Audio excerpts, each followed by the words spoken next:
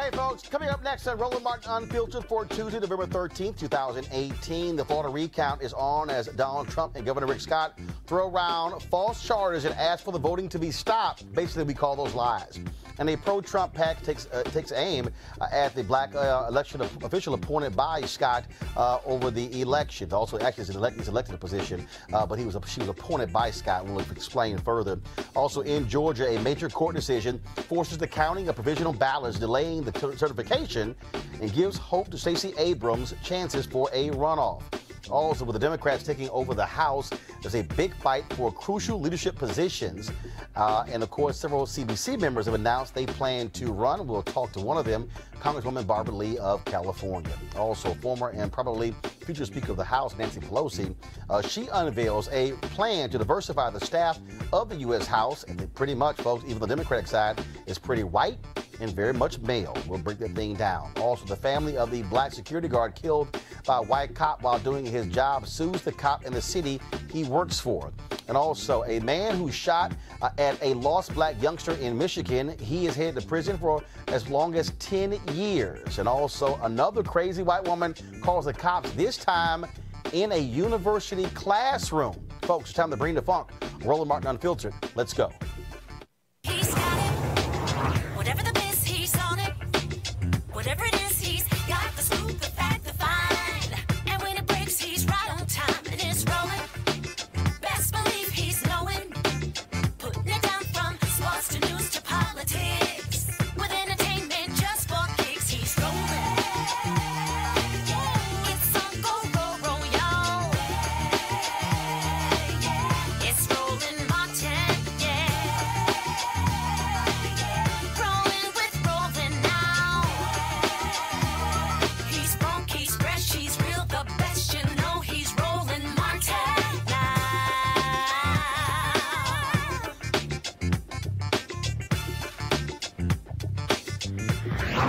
Martin. All right, folks, Florida has an election law that requires a recount if the reported difference between the candidates is less than 0.05%. That's half a percentage point. That has happened already in 3 races this year. That's the governor's race between Ron DeSantis and Andrew Gillum, the U.S. Senator race, plus the Ag Commissioner race. Again, in the governor's race, Andrew Gillum is 0.47% behind Ron DeSantis. Now, incumbent Senator Bill Nelson is trailing Governor Rick Scott by about 12,000 votes in that particular race.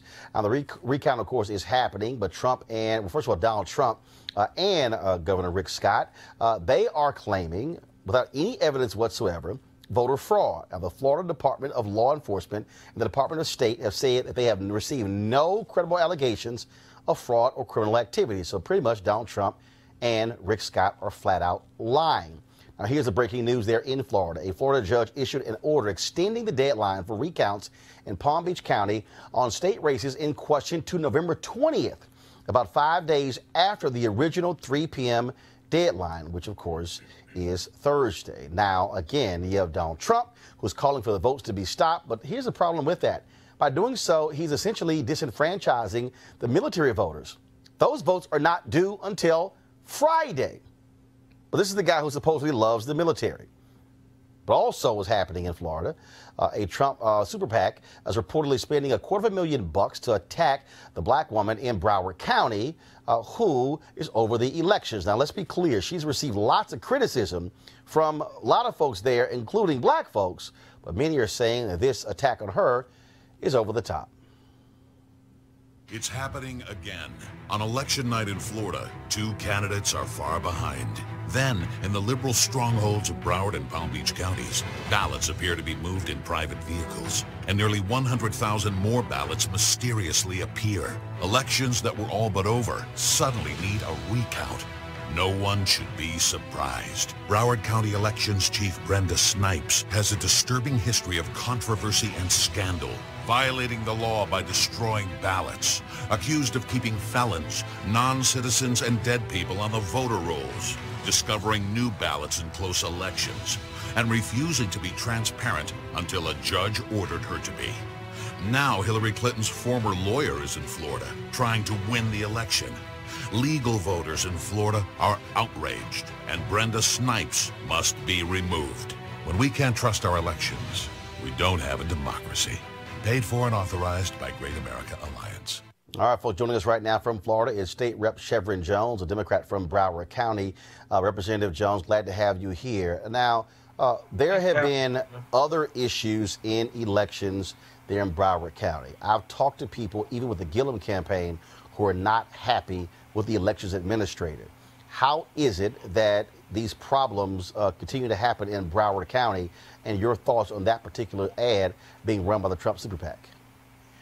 First, Roland, thank you for having me on. Now, I think it's very clear we all are aware of the mistakes that has happened within the administration of the supervisor of election of Dr. Brenda Snipes. But the unsettling part is that my Republican colleagues they tend to forget that she was appointed by a Republican governor, which was that of Jeb Bush. But not only that, I think Dr. Snipes have made it very clear of the mistakes that she's made. She has shared where she is now working through those areas to ensure that the process of every vote being counted is done in a way to where each person who has voted, they are able to participate in this process and not be eliminated by anything. But once again, it's making sure that every legal ballot is counted. My colleagues on the other side of the aisle are trying to make this nothing but a political mantra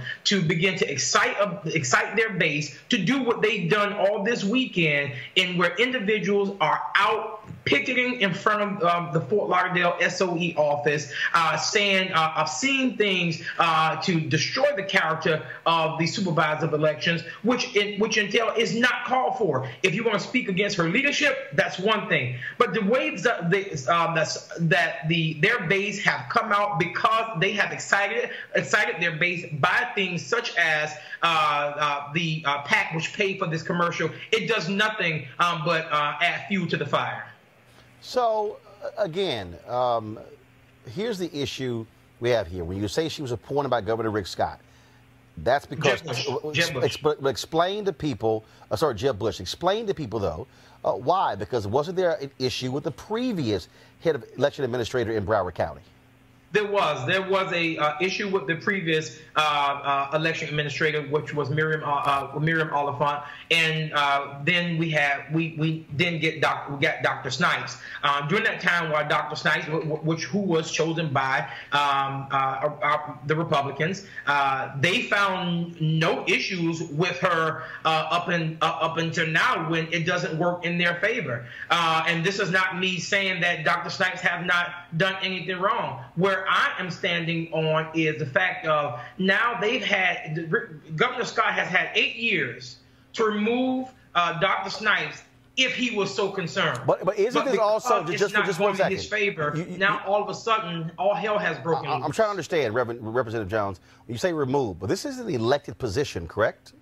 This is an elected position, but the governor has the authority to remove or suspend her from office. Okay, so where do we stand? First of all, where do we stand right now in terms of the ballots being counted?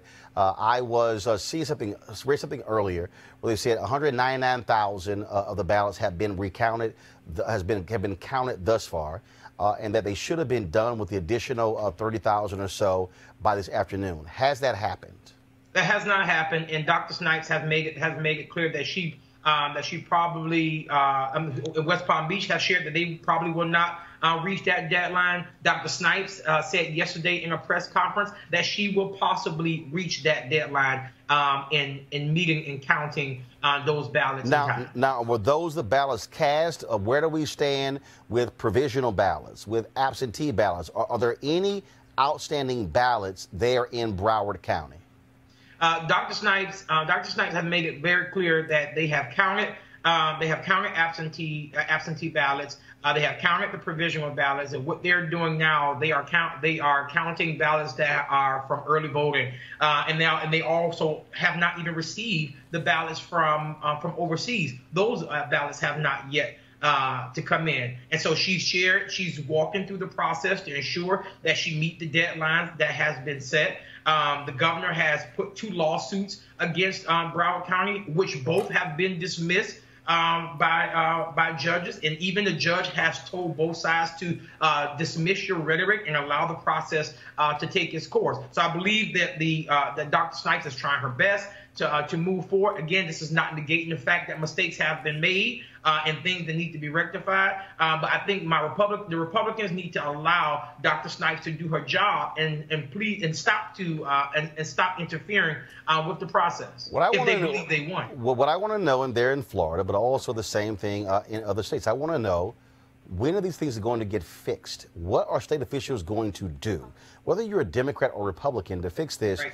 Because when I look at what's happening there in Florida, when I look at folks saying they ran out of ballots, when I look at in Georgia having no power cords, when I look at people running out of paper ballots in Texas as well, the problem here is you have people who are trying to vote, and then they're being frustrated, they're being upset, they're being there for several hours, and then they're leaving and walking away. We know there are 40 states in America that allow for time off for people to go vote. And so the issue is, when are state officials, what is going to happen there in Florida when it comes to saying, how do you fix the system? Then we also hearing this whole issue about 30 to 50,000 people who voted for the senator race, now the governor's race. Now we hear about issues when it comes to the ballot. And so the question is it going to be uniformity? And who is actually trying to fix this so you don't have all of this drama?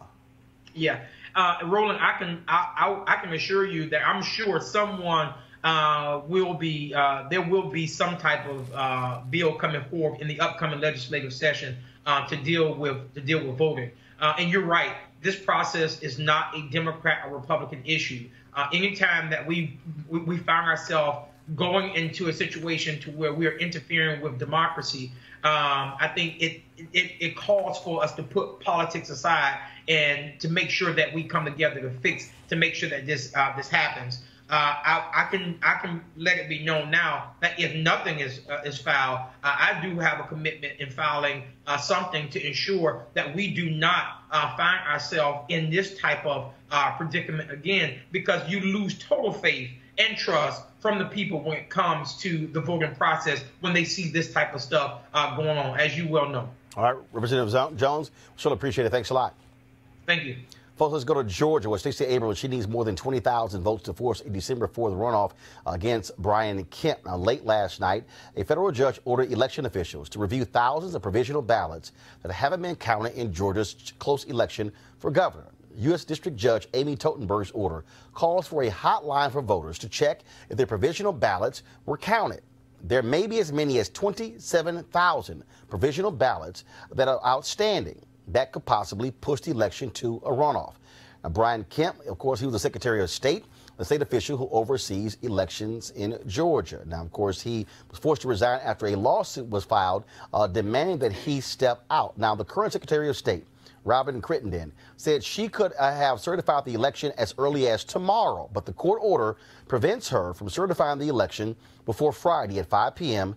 to provide time to count the provisional ballots. And we'll certainly be covering both of these states very closely. Joining us right now, Barbara Arnwine. She's the Executive Director of the Transformative Justice Coalition. Nick Raythod, Vice President, AAPI, Progressive Action. What the hell is AAPI? Asian American. Thank you very much. Asian American Pacific Islanders. Let's spell that out. So folks who don't know, they're probably at home going like, what's that? African American people in America? And also D.D. Bass Wilbon, Principal, Bass Public Affairs. Here's the issue that, again, that is bothering me greatly. And also, folks, I'm getting a lot of feedback in my ears, so I need y'all to fix that, please. The issue here is this drama in Florida, in Georgia, in Texas, and other states. It pisses people off, okay? It's not like elections crop up. It's not like we don't know in advance when the elections are taking place. And what I don't understand is why you don't have people who are going through drills, checking machines, having a checklist. Look, my grandmother had a catering business, okay? We often sometimes would cater 3 weddings in one day. I had a damn checklist when I was 12.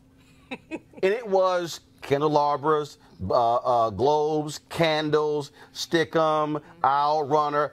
I had a checklist when I was 12. I started when I was 7 years old. You cannot tell me it's this hard to have a checklist to know. You can't tell me that if early voting is taking place and you're seeing massive turnout, somebody goes, you know what? We might need more than usual ballots for Election Day because we're seeing this kind of different turnoff. This, to me, is insane. Yes, you're right. Yeah. You're absolutely right. You're absolutely right. And now that we have this division in the Senate and the House and the Republicans and the Democrats and both parties saying that they want to come together and work together and go across the aisle and make sure that everything is okay and we can come together and do things right, that should be a priority. They know that the elections are coming up, so a priority should be to make sure that every state has operating machines that are operable, that they have enough, they have extra. But the problem, though, this is not a congressional issue. It's because our elections are state issues, and that's the problem. And the states aren't playing fair. Let's just talk about it. The reality is that right here in the district, in this greater D.C. metro area, Prince George's County, 15 polling places that ran out of ballots that were closed effectively for most of the day on Election Day. What we are seeing, and something that we have talked about for years, is this disinvestment on the one hand in our elections, and on the other hand, the political control. Because Prince George's County, a predominantly Democratic county, who controls the Board of Elections? Republicans that are appointed by the governor. So this just shows you that we got, all kinds of issues, but we got to fight it at the state level, people. If we don't organize and fight for our elections, don't wait until it's election cycle, but fight right now to make sure that people in Indiana, New York, Georgia, Florida, all over the country where people had problems voting, that they will not encounter those problems in the future. And Congress, do your part on federal elections, because there's a lot you can do. Listening and watching this play out, it just, the thing that kept going in my head was, is this America? We are supposed to be the shining example of democracy. And everything that's happening right now in America around the voting system is just it's embarrassing. It's an embarrassment. It's not the shining example that we should be. If you look at the states, there is a patchwork across the states of how elections are run. And even within the state, there's a patchwork by county by county. There's no uniformity in Florida on reporting. In Georgia, it's the same thing. If you go to a state like Colorado, there are actually really good examples there. They have same-day voter registration. They have vote by mail. They have those sorts of things. I was watching and reading this article about India. And there was this one guy in a jungle in India, and they bring a voting booth to him. That is what we should be doing. There should be a uniformity, not just a patchwork. There should be a systematic change across the country that is a floor, or that then states can go above, then states can go above. But it's just too all over the place. We discussed this yesterday, of course, that Democrats in the House, they plan on moving forward with an automatic voter registration bill, and also a number of different provisions in there when it comes to voting. And again, I think what this is going to do is, Dee, I'll start with you. This is going to put pressure on Republicans, whether or not they're going to oppose a measure to improve voting. I mean, that's going to look kind of crazy when you're trying to deal with that, because even this whole issue in terms of how we even register people, to me, it's nonsense. And I keep hearing all this nonsense about voter fraud, which I'm still waiting for data, because it's still missing in action.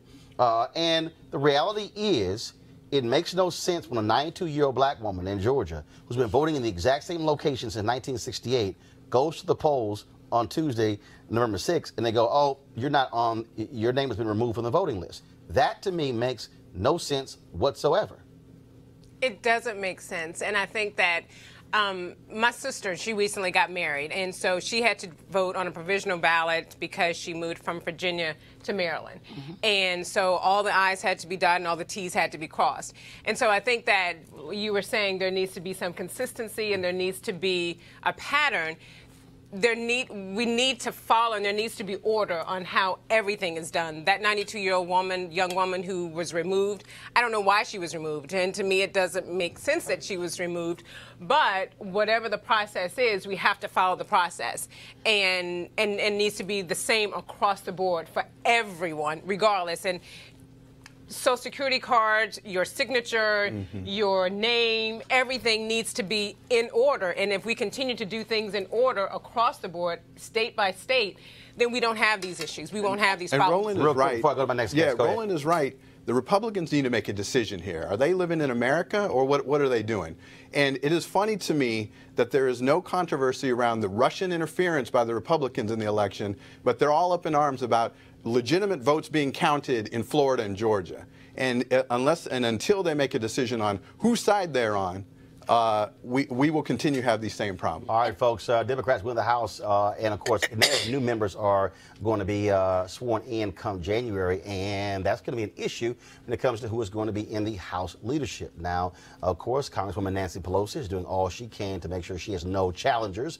She is trying to knock them out of the box as quickly as she can. No one thus far has announced they're going to run against her, even though several people have announced they're not going to vote for her. The question then becomes, are you going to see Congressional Black Caucus members in top positions? Now, there's never been an African-American who's ever been in the Speaker of the House position or the House Majority Leader's position. You have had two African-Americans who have been in the whip position. You, of course, had Bill Gray, the late congressman from Pennsylvania, who served in that job, and also Jim Clyburn of South Carolina. He has announced he's going to be running for his old position. We are going to see Clyburn here later, I think later this week. And so, and also New York's Hakeem Jeffries and California's Barbara Lee are running for the powerful chair of the Democratic caucus. And joining us right now is Congresswoman Lee. Congresswoman, how you doing? Thank you. Glad to be with you and doing great. First and foremost, one of the things that we have heard from so many different people is that they feel as if that the Democratic leadership is far too old. When you look at Nancy Pelosi, Steny Hoyer, Jim Clyburn, you're talking about folks who are 78, 77, 79 years old. I've even heard people say, wait a minute, Congresswoman Barbara Lee, you're 71. And so how do you answer critics who say that the House leadership should be younger? Well, the way you answer them is, one is, I think everyone you mentioned, including myself, continue to fight to build a bench to make sure that newer members are put in key positions. And we're working like crazy to elect much younger members to the Congressional Black Caucus and to the House body itself. I think this is about, in my case, about ideas, about what I've done in the past, my experience, and also about what I bring to the caucus. First of all, African-American women have never held a seat at the table. There's never been an African-American woman elected as one of the top 5 leaders in the House since the first Congress in 1789. Not one. A bit of history, Shirley Chisholm ran in, I believe it was 1977, against Tom Foley. She got close to 100 votes. They created an appointed position as secretary. And so, we work hard. We play by the rules. African-American women have been the loyal constituents, the loyal voters of the Democratic Party, and we deserve a seat at the table. We're new. We have new ideas. We've never had this position before. And so, we have to really understand that this is about the future. But we have to build upon the experience and the seniority and all of the ideas that many of us bring, while at the same time knowing that we're building that future leadership. And I certainly have been one who has done that throughout my entire political and public career. Obviously, the Congressional Black Caucus is the largest caucus on the House Democrat side. And so you've announced for this position. Hakeem Jeffries of New York has also announced for it as well. And what demands are the CBC making? Because the reality is Democrats, they have depended upon black folks, those votes for a very long time. And so many say CBC should have more than one person in leadership. Absolutely. Those days are over where you say there should be only one African-American in leadership. The Congressional Black Caucus, which I chaired for 2 years, really understands my platform, that I fight not only for my district, but for all of our constituents throughout the country when it comes to whatever appropriations that we're fighting for, whatever criminal justice legislation we're fighting for. The CBC is the conscience of the Congress, and the CBC is demanding a seat at the table, and the majority of CBC members are supporting me. Once again, as African American women. And you know, Roland, how we have worked so hard to build this party and how we've been smart about our votes. We've been smart about our policy positions, our organizing, you know, and it's about time that black women have a chance to weigh in on the public policy agenda of this United States. But let's talk about this here issue. Congresswoman Nancy Pelosi has said that she's Speaker of the House. She is going to implement what is called a Rooney Rule when it comes to filling these House staffer positions. The bottom line is this here. As I said, Democrats have depended significantly on black people and their votes. Yeah, when you look at these House leadership positions, they are very white, they are very male. We saw earlier this year, we were highly critical of what was happening in the United States Senate, forced Senator Chuck Schumer's hand to create a Rooney Rule on the Senate side as well. Are you going to demand that not only do Democrats have the Rooney Rule, but also that they track every single position and put the information out there as to where people could apply for those jobs? Are you only looking for folks on Capitol Hill? Are you looking for people who are working on state levels? Because to me, it makes no sense in the world to have these staff positions largely by white folks and male. And we know that's where these companies in D.C., these lobbying firms, these PR firms, and these strategists, where they all come from. So the cycle gets repeated over and over and over again. White folks work in these smaller positions. They get hired in senior positions. They go to corporate America. They hire the same white folks, and the thing happens as a wheel. Roland, not only, and if you've been following what I've been doing since I've been in Congress with the Congressional Black Caucus, I co-chair the Diversity Task Force. Not only am I going to demand, I've been the impetus behind all of this. And the Appropriations Committee, for example, on which I serve, I wrote into the appropriations bill that we had to do this. And so, yes, I'm going to continue to fight to demand this. And also, I've been working on this issue as it relates to racial equity in the tech sector as well as at the DNC. And so when you look at my record, I've been doing this, and I'm going to continue to do this. We're finally beginning to break through, and I'm going to rev this up in a big way. Remember now, also, I was a chief of staff, and there were very few African Americans on Capitol Hill when I was chief of staff to the late my mentor, Congressman Ron Bellams. There were very few African American women on Capitol Hill, and I've been fighting this battle for young African Americans to be able to break through into key positions, to be hired, to be promoted on Capitol Hill, and I'm going to continue to do that. That's who I am. That's part of my history. All right, Congresswoman Barbara Lee. All right, we surely appreciate it, Congresswoman. Thanks a lot. Okay, thank you. All right, they want to go to my panel here. Again, this is, for the people who are watching right now, they might say, okay, you know what, this is inside politics. No, this is about money. This is about wealth creation. Everything. This is about opportunity. And what people have to understand is the people who work in junior positions on Capitol Hill and junior positions in the White House then ascend to senior positions. And then when these firms in D.C. are looking to hire people, that's exactly who they're hiring. They're looking to see who was the head of the committee or the chief policy person on judiciary, on ways and means when it comes to tax policy, when it comes to environment. All these positions that come out of there, and black folks not only have been locked out on these Capitol Hill positions, we then get locked out of these positions in these major firms, and what happens is they hire somebody and say, okay, your job is now to hire your whole staff. Well, who do they hire? Same white folks. Exactly. That's right. I agree with Congresswoman Lee. Black women, black Democratic women have been extremely loyal to the Democratic Party, and they have not been rewarded, and I think they should be. I think Pelosi and Hillary Clinton are of the past, and I think that the Democratic Party is looking for a fresh, new excitement. That ain't gonna happen. Well, I think. I mean, first of all, it's not. One of the reasons it's not gonna happen because at the end of the day, those who are in leadership, it points to can you raise money? Have you accrued favor and things along those lines? But black women have been very faithful to the Democratic Party. I understand that. But my point is, black women are also going to make it possible for her to be the Speaker of the House. Because, again, who votes she's locking up, that. Also, other groups have been out there also urging their folks. Emily's List, AFS-CME. All those folks have been urging those folks to back Pelosi when it comes to these issues. But even if Pelosi becomes Speaker of the House, it still will be putting the pressure to say, no, y'all gonna hire some damn black people for these jobs. Right, and people need to understand that Barbara Lee has something very special, and that's her vision. Because she's been out there and has voted the right way when nobody else saw it and understood it. So she has a lot going for her when it comes to her leadership qualities. Also, for those of us who actually walk that hill, let me tell you, it matters who's in those positions, in those staff positions. When we are trying to lobby for different kinds of legislation, when we're trying to lobby for different kinds of fact findings, all of these things go to if you're talking to a person of color, and oftentimes you're not. And they don't know who to talk to. They go to and talk to people who know nothing about the black community, So it's ridiculous. And the same is true of the Asian and the Latino community. We all have this problem.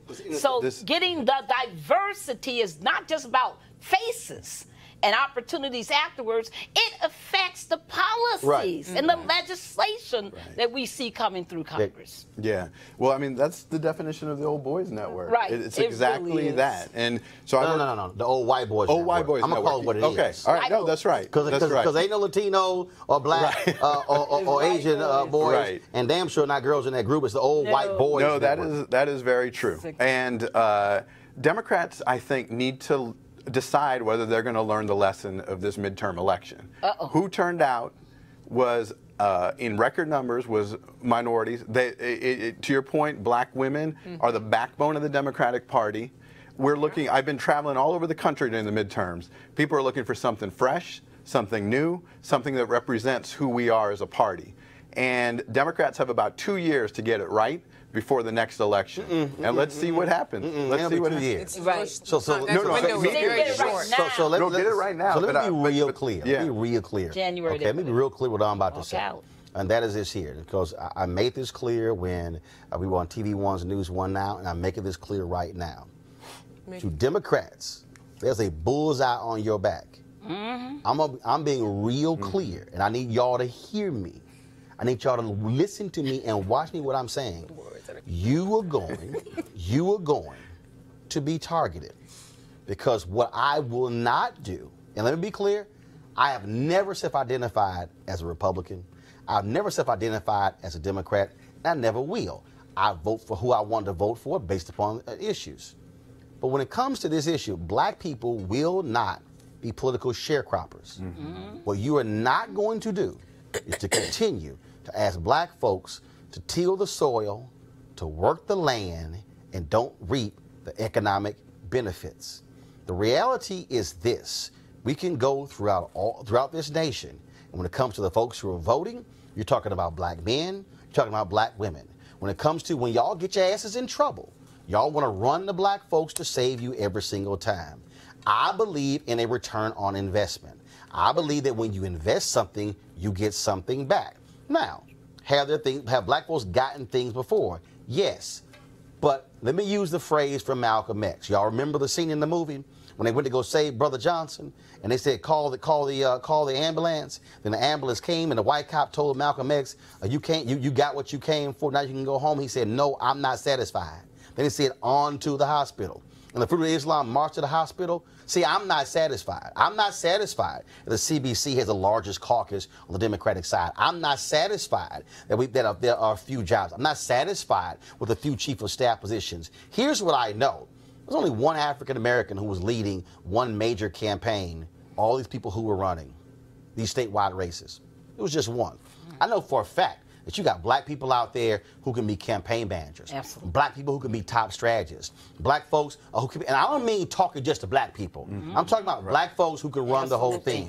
I'm talking about black folks who can be chief fundraisers. Yes. Black folks who can be posters. Black folks who can be any of these positions. And see, we ain't even gotten to the issue of who's controlling the money and then where it's going. What is going to black shows like this? What is going to black radio and going to black television and black newspapers and black magazines? And see, I'm talking about DNC, Tom Perez. I'm talking about the DSCC. I'm talking about the DCCC. I'm talking about the Democratic Governors Association. Well, I'm going to go a little further. I'm talking to y'all, Emily's List. I'm talking about all you environmental groups, all you progressive groups, all of you PACs.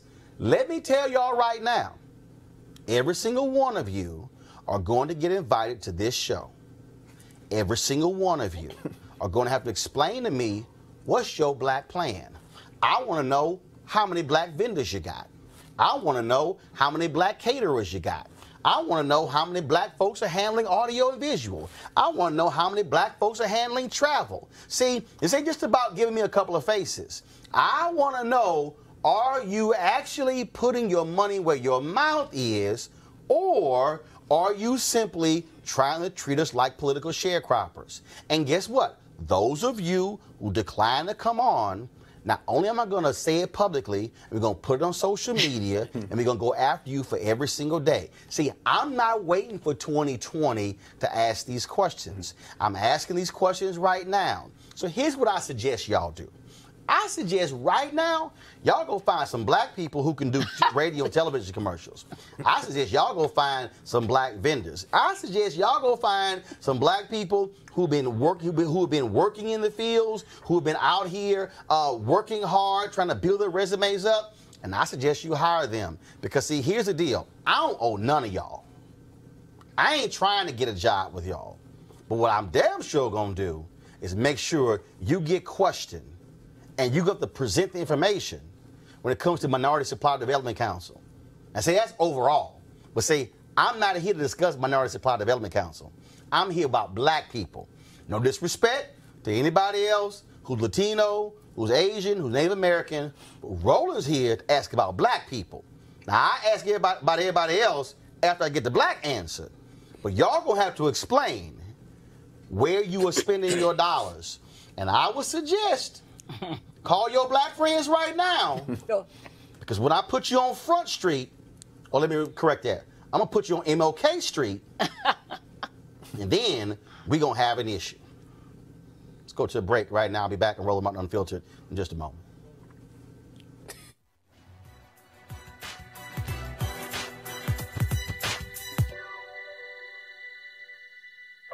Never let a person know you're frightened. Novelist and poet Maya Angelou.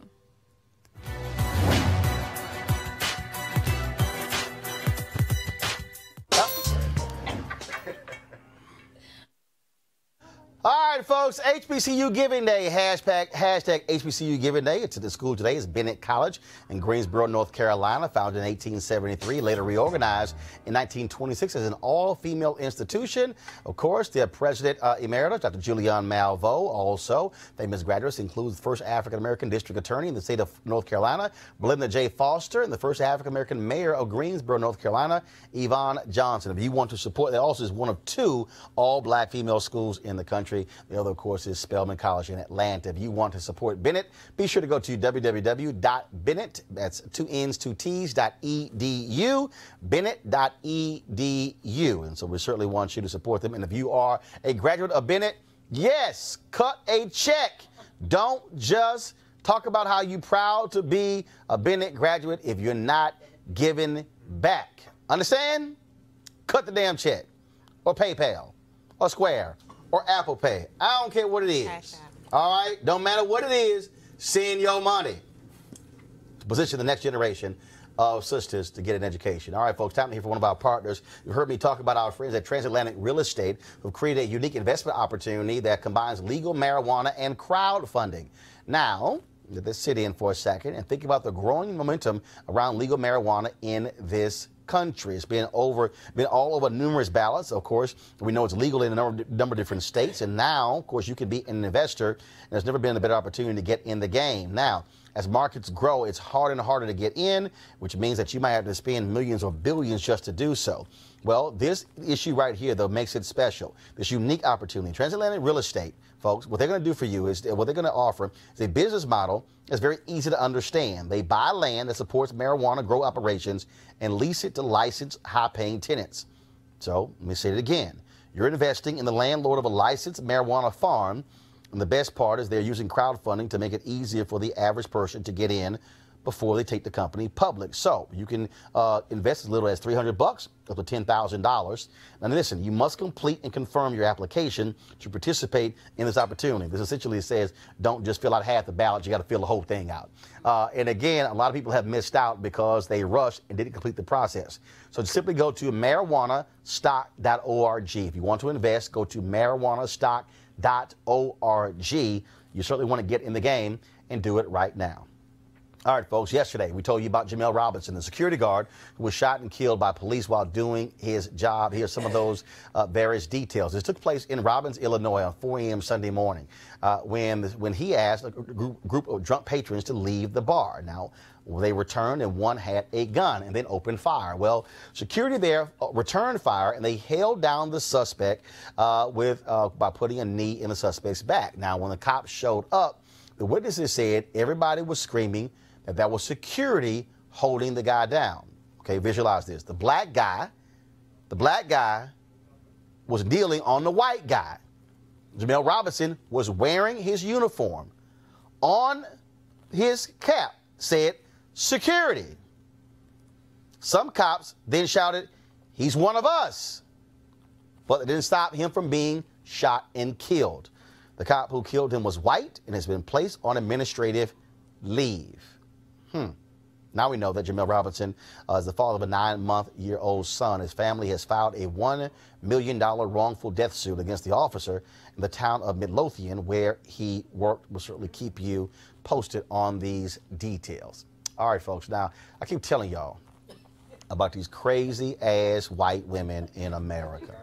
I'm talking about what's up with these white women who keep calling the damn cops on black people. This, y'all, is even just beyond stupid. Okay? This white woman is a professor at the University of Texas, San Antonio. Okay? So I'm on Twitter today, and I see this Twitter feed with this video. Okay? And the student says, "Y'all cannot believe what happened in my class." Press play.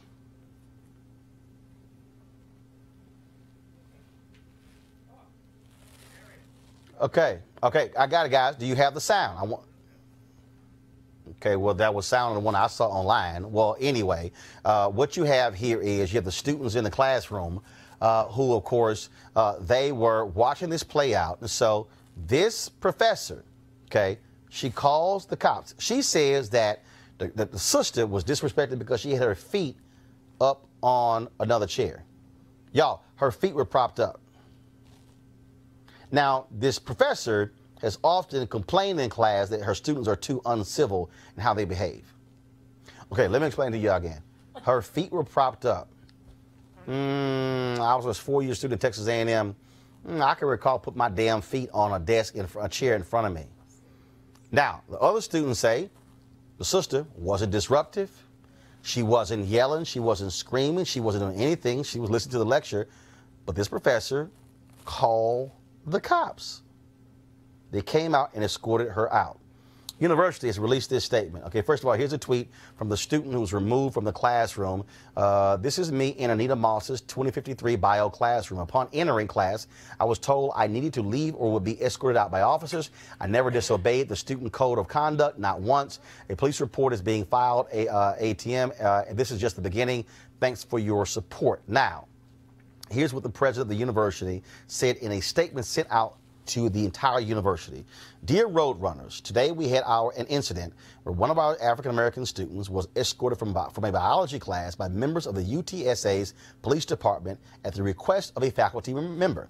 While the facts aren't fully known regarding today's incident, our Office of Equal Opportunity Services is already conducting an investigation into possible discrimination. In addition, an inquiry regarding the academic management of the classroom is being conducted by Interim Dean of the College of Sciences, Howard Grimes. Now, okay, so that was a letter that came from the university president. And guys, I'm gonna give him his name in 1 second because again, I want to have all these details.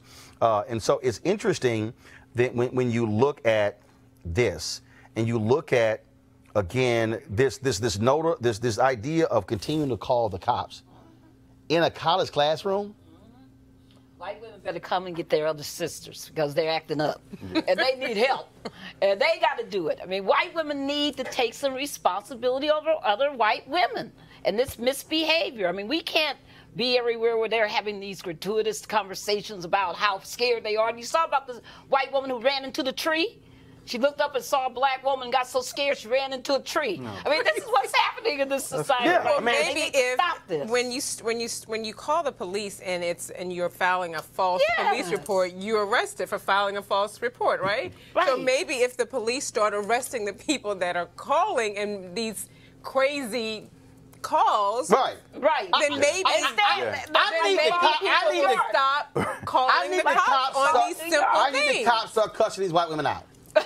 But no, if they start arresting these women for these calls, the calls would stop. Well, it's a waste of resources too. So what are the cops doing if they're at the university arresting a person with their feet on the And I think desk? it was 3 or 4 cops that came It's in absurd. Like you're moving resources. They should be held accountable for these false things. The other quick question I have is just where in America are black people safe? So you have black people are getting shot on the streets, in their homes. The guy was, in his home watching TV. This is a good guy with a gun, got shot, all over. And now it's the same thing that's contributing to this type of stuff too, where people are getting called. It's a way to control. It's straight up racism, and it's unacceptable. And I think it's crazy. Again, remember you have a student at Yale. Remember the black girl was sleeping, then they called the cops. Forget and I was like, okay, who the hell goes to a university library with a backpack to go to sleep? And I wasn't sure she was a student. I mean, literally what you have is, and yeah, that was a white woman. And what you have here is you have these white women who, for some reason, have this superior attitude of, I'm going to call the cops on any of y'all for whatever y'all doing. And I'm telling you right now, that professor has no business in the classroom. Right. Now, if you're a professor, if you say, if you're a professor and you say, you know what, y'all a bunch of slouches and stuff along those lines, I need you sitting up in my classroom. I don't want feet on desks in the classroom. That's me laying down the rules of my classroom. You don't call the cops on somebody. Hold up, you do what you do as a professor. If you're sitting here the rules, everybody got a copy of the rules. If you get busted, I'm docking you 5 points. Okay, that's what you do. You don't call the cops. Well, it's just modern day slavery, because when we're in white spaces in their mind, they want our pass. They want to know why you here.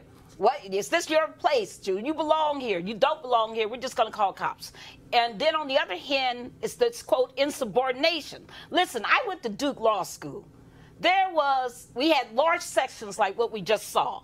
There was a guy who would bring a big old inflated doll as kind of like his contempt for the process, would sit up next to him in class, and when the professor said anything he thought was stupid, he would make the doll roll back and forth. And nobody disciplined him. He did it every day he wanted to do it. So come on, he was white, of course. And so this is just nonsense, and we need to just call it out, because this is that white ethnic racism that says you don't belong in our white country, and we don't want you here, and we're going to do everything we can to make you uncomfortable, and hopefully you'll leave. And see, the issue that you also have here is this here. If the student had done anything, first of all, her reaction, and this really is the greater problem. The onus is on us as black people to say nothing, do nothing. So this is how we have to be. Okay, I'm not going to react. Now, you can't convince me if a white professor calls a cop on a white student, especially a white boy, and he ain't going to act a fool. Hell no. Because the reality is, she said she couldn't do anything because I might die in a chokehold. Hell, I might get tased. That's right. I might get shot. That's right. Because of something simple as her feet were propped up on a desk. I mean, that's the definition of entitlement. Look at how Brett Kavanaugh reacted in his Supreme Court hearing. It was completely out of left field and just crazy. If we as people of color do anything even close to that, we're immediately expelled, we're immediately called out, we're immediately called angry black whatever. And, there is this double standard that needs to change, because it is playing out on all different levels. Not only in the classrooms, not only on the streets, but at the voting booth as well. Oh, please. So I want to read I want to read the rest of the letter from the University President, Taylor Agnew. This is what he said. This concerns me greatly, and it's incumbent upon us as an institution to face this head on. It's something that we need to address immediately as a university community. I look forward to the arrival of Dr. Myron Anderson, our new Vice President for Inclusive Excellence, to assist us with developing a strategy to address these systemic issues. I welcome your concerns being shared directly with me in my office by emailing. He has his email. I promise to begin this process immediately. It will take time, but it has my full commitment. Now, first, wise of a university president to immediately address this issue, going to the entire university. But this is something that, and I get it, okay, you're having a vice president for inclusive excellence coming in, but this is why I need white people to check other white people. There you go. Okay? You don't need somebody black or Latino or Asian to be hired to teach y'all how not to be dumbasses. You don't need that, okay? So you can actually teach your own fellow white people not to act a damn fool. But this really is the deal, though. It is as if part of our job is like, okay, white America, let me explain to y'all why y'all stupid. And again, there's no way in the world, to me, that class continue with her as professor. That's right. She needs to be fired. Yeah. I mean, listen, certain people just don't belong in the jobs they're in. They need to be out. They need to be gone. They just need to be held accountable. And these schools can't be talking about, well, we all going to get together, kumbaya, diversity, inclusiveness. No! Some folks are just so racist, they don't deserve to be empowered to even instruct. That's the problem in how this has been addressed in the past. It's always relegated to the Diversity Council. Let's set up a task force. Let's do some training, and it'll all go away. That is not how to address this. It has to go all the way up to the dean. People need to be fired and held accountable. And that's there. We were talking earlier about hiring. You know, you don't hire people just to do black things or brown things. We need, it is a systemic thing as a way to pacify us when these things erupt. We need to hold people accountable as a community. But to your point, Roland, white people also need to hold themselves accountable if they actually do care about this stuff.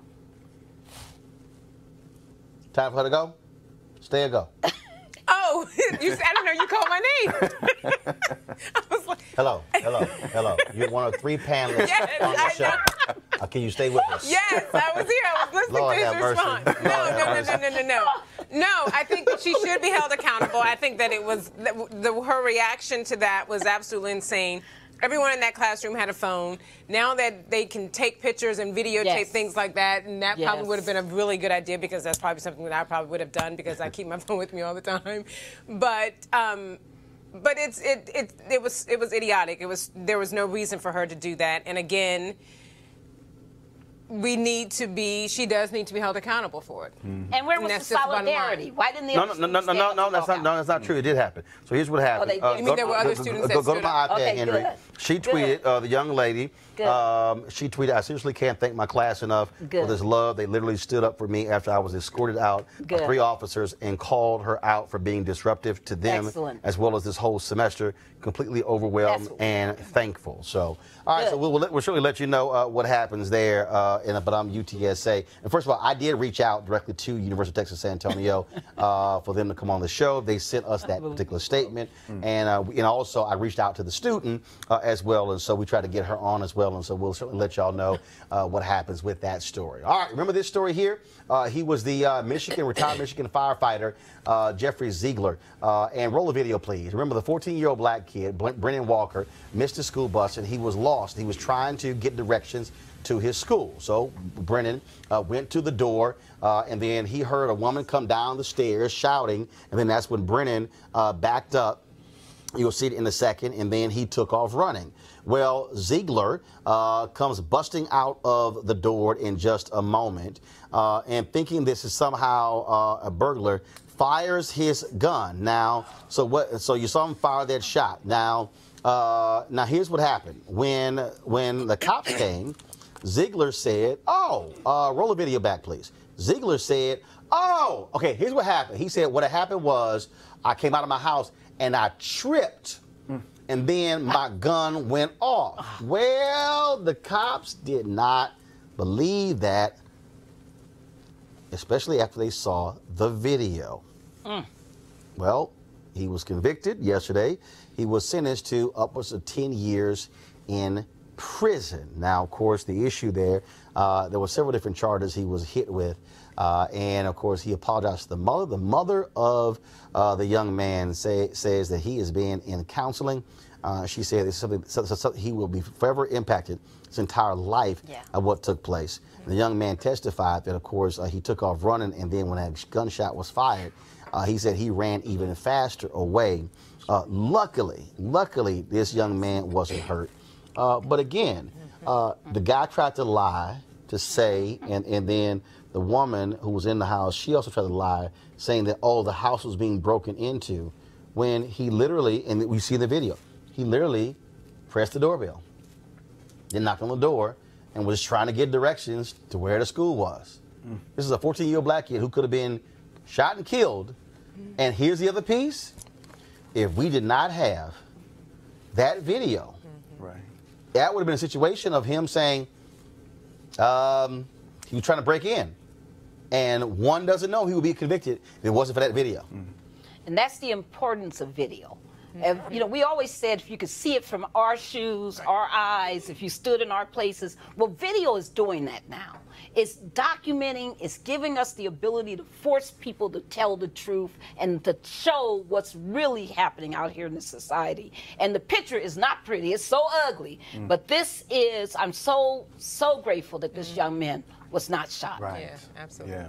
Well, again, all right, folks. So, of course, we'll give you an update in the Botham Jean case. Remember, he was a young man in Dallas who was shot and killed in his own apartment by Amber Geiger, a member of the Dallas Police Department. Well, I was down in Dallas moderating a forum, and where you had the DA there, Faith Johnson, who said she was going to take this to the grand jury, present the evidence to them, and the grand jury could, of course, then decide whether to charge her with murder. Now, Geiger, when she was arrested, was charged by the cops with manslaughter. But there was an election, and John Cruzo, a former longtime judge there in Dallas, he says that what he sees is that she should be charged with murder. Now, Faith Johnson was appointed DA after the previous DA resigned due to issues of depression. Well, last week, of course, Faith Johnson, she lost by about 20 points. And as Democrats swept positions all across Dallas County, same thing in Harris County as well. Now, again, Cruzo believes that she should be charged with murder. That does not mean that Geiger will be charged with murder. It still must go to the grand jury. The grand jury can make their own determination. But you have, again, whereas Faith Johnson said she would leave it up to the grand jury to make the decision, Cruzo says he believes, based upon what he sees, that it should be a murder charge. Last story here, of course, some students in, this school in Wisconsin, talk about white folks losing their damn mind. So there's a picture, and I'm going to pull up in a second, y'all. There's a picture of a group of white high school students in Baraboo High School, 60 miles north of Madison, giving a Nazi salute on the steps of a county courthouse. It went viral over the weekend. It was taken last spring. The photographer says he asked them to wave to their parents and defended the picture. One student who was there did not raise his hand, said the girls have a similar group picture, and they were not asked to wave. Now, it has been condemned by Jewish groups, and their school and investigation by the school and law enforcement has started. Y'all, really? And you wonder how you get Pittsburgh. I mean, think about it. Where did Bauer come from? I mean, this is the only beautiful thing. Henry, go to my iPad. This is the photo here, right here, folks. This is the photo. And so you see them. You see them. Unbelievable. Okay. Now, you see this guy in the middle? That ain't waving at your mom and daddy. Okay. You see some person with the fist sign as well. But again, they thought it was cute. What I also don't see, the only black in this photo are the suits they wearing. Again, and so Didi, this will tick a lot of people off. And now the school is like, oh, hell, what are we going to do about this here? Well, the parents of the students, they need to teach them some home training and understand that that type of symbol is not something that you do. Yeah, just saying, Nazi symbol, America, don't kind of go well with the flag. Absolutely not. They don't go together at all.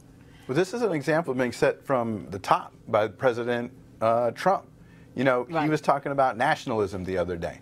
You know, those are echoes of what was going on during the Holocaust. Those types of things are setting the example for these young high school kids. These kids were wrong in what they did. They have to understand their history and the context of what they were doing, but they absolutely knew what they were doing. And you juxtapose that picture with the young woman in Texas with their feet on the thing. Who should you be calling the cops? Who should be? Where is the intervention actually needed? It's definitely not with the woman with her feet on it. And notice there's one white guy to the far right of the picture who's not smiling, not saluting, and he said that he didn't do it because he knew it was wrong. You mean this guy right at the top? Mm-hmm. Yeah, he's talking about the. I thought you were talking about the guy in the front. There. And there's also a guy at the front on the very bottom. And he spoke out that it was not funny, that he knew it was bad, that they all knew it was bad, and they did it anyway. So it's very important for us to understand this is not, quote, some confused kids. They meant to do this anti-Semitic, hateful gesture. Mm-hmm. There you go. Well, only a couple of people in here again. Only one isn't smiling, but you have a couple of people who are trying to figure out like what they're doing. But now they're gonna have to answer for that. All right, folks. This is what you have in 2018 in America. I thought we were so post-racial. Oh, my goodness. All right, folks, always support Roland Martin Unfiltered by going to RolandMartinUnfiltered.com, joining our Bring the Funk fan club. You can also, of course, be sure to watch our re-airs. We restream the show multiple times over the day, so be sure to, whether you're on Facebook, Periscope, or YouTube, click your notifications so you will get an alert when we are live, not just with this show, but also we covering live events and also streaming speeches and things along those lines. Please also subscribe to our YouTube channel. That's youtube.com/Roland S. Martin. And don't forget, folks, to make a programming note, put it down on Friday, the second great debate. I previously, of course, debated Jason Whitlock. It wasn't much of a debate. But you want to see Friday's show, because guess who's going to be here? Dinesh D'Souza, that's right. And so he and I had a conversation, and trust me, it's one that you want to see. Other people run from it. No, Dinesh had to answer some of my questions, and you know it was good. I can't wait for y'all to see it. That's going to be Friday, 6 p.m. Eastern, right here on Roland Martin Unfiltered. And also, before I go, let me pull this here up. And so I want y'all to, yesterday was my nephew Christopher's, it was his 11th birthday. He was born on that day. And of course, today is the birthday of, I'm trying to find the photo, the birthday of his father, my brother Reginald. He turns 51 today. Jesus, why can't I find the photo? And then, yeah, I posted on Instagram. I want y'all to see this photo. I'm thinking I'll pull it up this way. And then, of course, on tomorrow is my 50th birthday. And so all of us are Valentine's Day babies. Some of y'all gonna get that in a second. But all of us, of course, were born, yes, Valentine's. And so this is a photo of me and my brother when we were younger. And of course, that's him. That's him on the right. Of course, I still look better than him even when we were kids. And so that was wearing the bow tie there, but now that's a little different because, you know, I rock the ascots. And so shout out to my brother Reginald, who turns 51 today. His son Christopher, my nephew, turned 11 yesterday, and then my 50th birthday is tomorrow. And so look forward to that. All right, folks, y'all have a great day. Thanks a bunch to my panel, Barbara, Dee, and Nick. Dee, I'm glad you realized you're here. I don't know what she spaced out. Lord have mercy. I mean, that's right. That's right. And your sister's like, she done messed up the Bass family again. What is she doing? All your relatives, right? Like, I represent the Bass Wilbon family extremely well. Thank you very much, Mark. Except when you fell asleep right here. You kind of like, I mean, you like, oh, you know what? I forgot on the show. That's right. Happy It's live. birthday, Mark. Look at just she like, I can't believe she got us again. And it was a struggle last time because I'm still waiting on that information. Yeah. You thought I forgot? Oh no, I knew you didn't forget. You thought I forgot? Oh, I knew you didn't forget. What is it, voter fraud? No, it was not voter fraud. What was it? We'll talk about it later. Yeah. You gotta go. It was a Republican. Now we gotta go. Oh, now you're the co-host. Oh, okay, all right. I would love to be your co-host. Oh, yeah, but you gotta be awake. Come on. Oh, you gotta be present. Stop rolling. All right, y'all. Again, youtube.com/Roland S. Martin. Be sure to support the show. I will see y'all guys later. Holla!